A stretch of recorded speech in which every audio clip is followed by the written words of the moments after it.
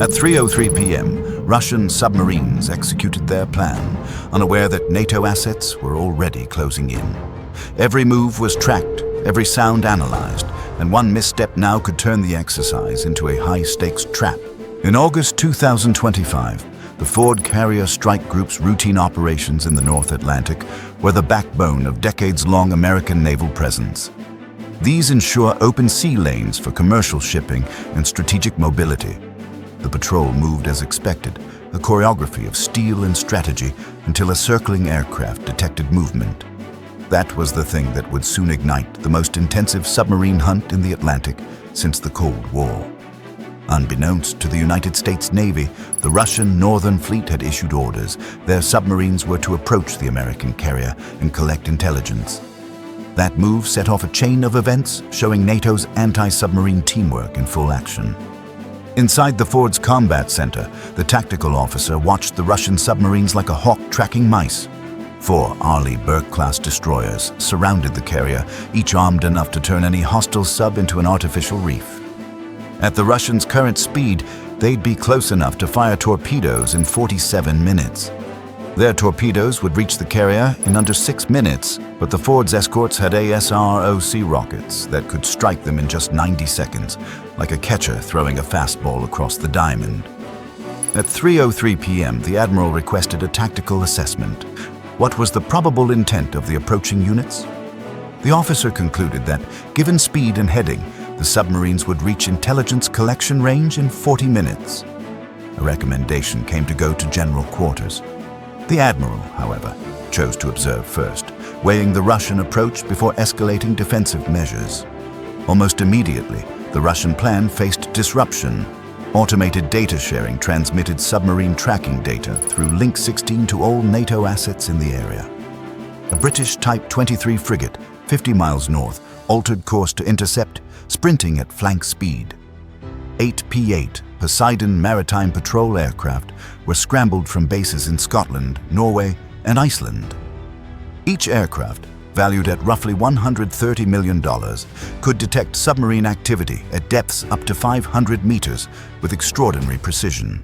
Meanwhile, a Virginia-class submarine, shadowing the Russians since their departure 3 days prior, received clearance to engage, weaving an additional layer into NATO's anti-submarine network. By 3:15 p.m., the tactical picture had become highly complex. The Russian submarines implemented a coordinated deception. One sub ascended to 200 meters, acting as a decoy, while the remaining 2 attempted to advance undetected at deeper depth. These tactics echoed the mid-20th century Wolfpack methods, yet modern NATO acoustic processors distinguished the decoy's deliberate noise from the quieter subs, allowing continuous tracking of all 3 vessels. The Russians aimed to gather acoustic signatures of the Ford, chart escort formations, and record radar emissions, critical intelligence for future encounters with U.S. carrier strike groups. They were unaware of NATO's rapid convergence. By 8 p.m., the first P-8 Poseidon arrived, dropping sonobuoys in a boxing pattern to cover the area like a carefully arranged net. These sonobuoys acted like underwater microphones on steroids, blasting 140 decibel sonar, louder than a gunshot underwater. The Russian sub-Kazan suddenly found its stealth blown, like sneaking through a library only to set off a fire alarm. Meanwhile, the Arleigh Burke destroyers turned on their bow-mounted spherical sonar arrays, hundreds of sensors scanning every depth and angle. Mixed with the sonobuoys, it created a full 3D detection bubble, leaving no hiding spot. The P-8s then performed simulated attack runs from 25,000 feet. It forced the Russian crews to react as if every move could be real, with emergency dives, rapid ballast shifts, and hard rudder maneuvers. It was like being in a high-stakes game where every step could trigger the alarm. Russian propulsion systems, the OK-650V reactors, generated 43,000 horsepower, producing acoustic signatures detectable across NATO sensors. Ford's radar systems were monitored, each unit with a unique electromagnetic fingerprint. The Russians sought these emissions to develop countermeasures and jamming techniques. Observing carrier flight operations, with aircraft launched every 90 seconds, allowed them to infer crew rotations, maintenance windows, and potential vulnerabilities. Mapping escort data link usage was also key to building a comprehensive operational profile. NATO countered each Russian maneuver. Acoustic decoys were instantly classified and dismissed by automated tracking computers, maintaining continuous monitoring. By the next day, additional assets arrived at base. A British ship with a Type 2087 towed array sonar extended acoustic coverage by 2 kilometers. EMH-60 Romeo helicopters executed rotational patrols, lowering dipping sonar directly into potential submarine concealment areas.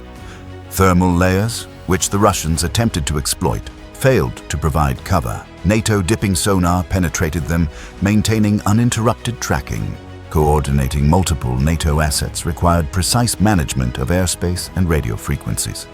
P-8s flew between 20,000 and 25,000 feet, helicopters below 500 feet, maintaining a minimum horizontal separation of 5,000 feet. Each nation's aircraft had assigned communication bands, Americans on UHF, British on VHF, and Norwegians on both. Patrol sectors required authorization from airborne controllers, ensuring operational separation and preventing interference.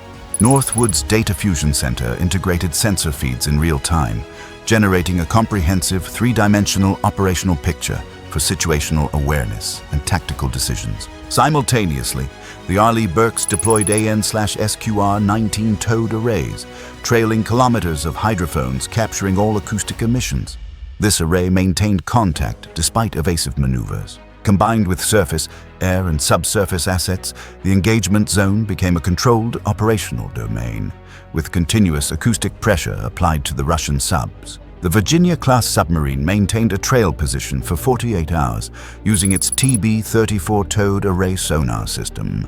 Electric propulsion minimized the acoustic signature while recording every Russian maneuver. Submarines attempting to hide in underwater topography were countered by overhead helicopters and active sonar coverage. Depth changes designed to evade detection were continuously tracked by destroyer sonars. The Virginia-class executed controlled pulses of active sonar to signal presence without revealing location.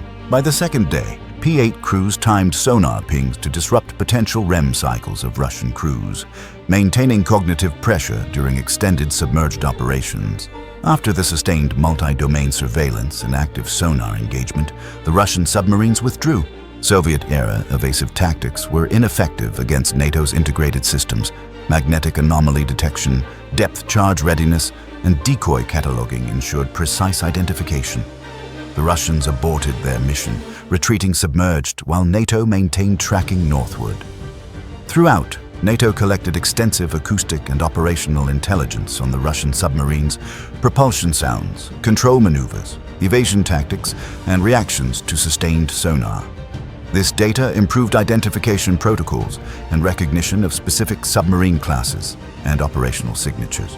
Russian media framed the operation as a successful reconnaissance mission, but NATO's control and dominance were clear. The Ford Carrier Strike Group and NATO assets demonstrated modern anti-submarine warfare capabilities, multi-domain coordination, continuous surveillance, and advanced acoustic and electronic warfare systems.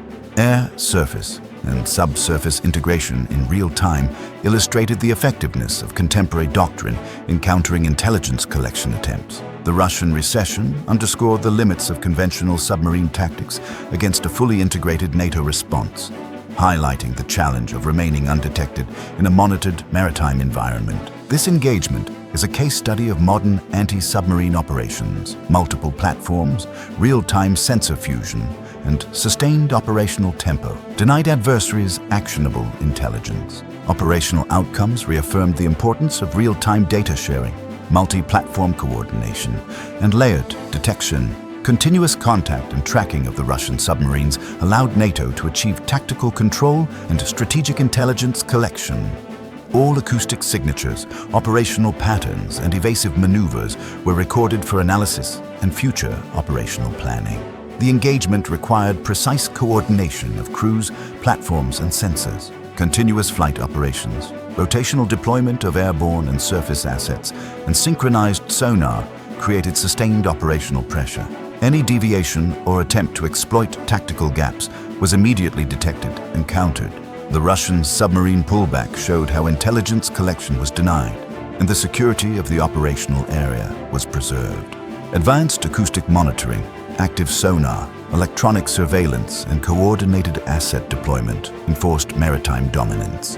P8. Poseidon's demonstrated central importance. Precise sonobuoy patterns, active sonar, and integration with surface and subsurface units enabled detection, classification, and tracking of multiple submarines operating in coordination. Sensors and communication systems ensured real-time data sharing for immediate tactical decisions. Arleigh Burke-class destroyers' hull-mounted and towed sonar arrays provided comprehensive acoustic coverage. Active sonar, towed arrays, and integrated processing rendered traditional evasion ineffective. Continuous monitoring and classification of Russian submarines demonstrated the reliability and precision of multi-platform integrated anti-submarine techniques. Virginia-class submarines maintained persistent trail positions, observing maneuvers and providing critical intelligence. Electric propulsion and high-fidelity acoustic sensors allowed coordinated monitoring alongside airborne and surface units. Collected data included propulsion characteristics, reactions to simulated attacks, and interaction with decoy systems, producing a comprehensive record of adversary capabilities. 48 hours of continuous operations countered Russian defensive tactics, decoys, depth variation, and thermal layer usage. P-8 aircraft, MH-60 helicopters, Arleigh Burke's, and Virginia-class submarines formed a detection and response network maintaining contact, operational pressure, and intelligence recording. NATO's integrated anti-submarine operations proved superior, highlighting the difficulty of intelligence collection in a fully monitored maritime environment. The operation's conclusion demonstrated NATO's ability to enforce maritime control, deny intelligence collection, and maintain operational dominance. Acoustic, electronic, and airborne surveillance, combined with integrated command and control, ensured forward strike group safety and operational effectiveness. Every engagement aspect, detection, tracking, simulated attacks, and countermeasures were documented, providing a detailed account of contemporary anti-submarine warfare. Multiple NATO platforms, persistent monitoring, and layered detection illustrated modern naval complexity and effectiveness. The Russian mission failure highlighted limitations of traditional submarine tactics against coordinated, technologically advanced defenses. Real-time data fusion and centralized command oversight proved critical. NATO processed and classified vast data volumes, enabling continuous engagement and pressure. Airborne, surface, and subsurface synchronization prevented Russian objectives and ensured NATO operational control throughout. Sonobuoy deployment, active sonar arrays, towed hydrophones, and dipping sonar operated continuously, providing layered detection and tracking. Integration with command centers enabled immediate tactical assessment, resource allocation, and response to any attempted evasion. Persistent monitoring recorded all adversary actions, creating comprehensive intelligence for future operations. Continuous observation of propulsion noise, decoy use, depth adjustments, and maneuvers provided insight into Russian capabilities and limitations. This refined NATO doctrine, detection algorithms, and future planning, systematic data collection enhanced understanding of adversary behavior under sustained operational pressure. Russian submarines were continuously monitored, with environmental and operational gap exploitation neutralized. The operation showcased the effectiveness of sustained, integrated anti-submarine warfare. Operational outcomes emphasized NATO's superiority. Integrated sensor networks, real-time data fusion, and coordinated responses. Persistent contact denied intelligence collection, ensured the safety of maritime assets, and reinforced operational dominance. The engagement exemplified multi-domain anti-submarine warfare, highlighting coordination, technology, and sustained operational pressure. Collected intelligence covered acoustic, electronic, and operational parameters, propulsion, acoustic signatures, decoy efficacy, evasive maneuvers, and responses to simulated attacks. Data-enhanced detection, classification, and countermeasure development, improving NATO monitoring of future submarine threats. Hence, air, surface, and subsurface integration with real-time command and control allowed continuous detection, classification, and monitoring. NATO's anti-submarine doctrine, persistent surveillance, layered detection, coordinated response, achieved situational awareness and operational control. Russian withdrawal validated these methods, illustrating the challenge of remaining undetected in advanced, coordinated defenses. NATO maintained dominance with advanced acoustic arrays, airborne platforms, and surface coordination. Russian attempts at evasion, depth adjustments, decoys, and thermal layers were countered by the integrated network. Continuous monitoring ensured operational objectives were met, denying all intelligence efforts. Thus, NATO coordinated multiple platforms, sustained operations, and applied continuous pressure. Detailed acoustic, electronic, and operational data provided insight into submarine behavior, limitations, and tactical responses. In the aftermath, it wasn't just about technology or firepower. It was the discipline, anticipation, and split-second decisions of human crews that had maintained control in a domain where silence had always been the deadliest weapon. This encounter also sent a message far beyond the immediate engagement. In modern naval operations, dominance isn't won by stealth alone. It's achieved through seamless integration of assets, real-time intelligence, and relentless pressure that turns potential threats into predictable variables. As the Ford Strike Group resumed its patrol, the North Atlantic had become not just a corridor for commerce, but a proving ground, a reminder that today, in the layered chessboard of anti-submarine warfare, the boldest move is often the one you never see coming. Want to see more intense NATO submarine hunts, high-stakes naval showdowns, and the full stories behind the world's most daring maritime operations? Hit subscribe and stay on deck for every move, tactical maneuver, and moments where strategy meets sheer nerve in the high seas.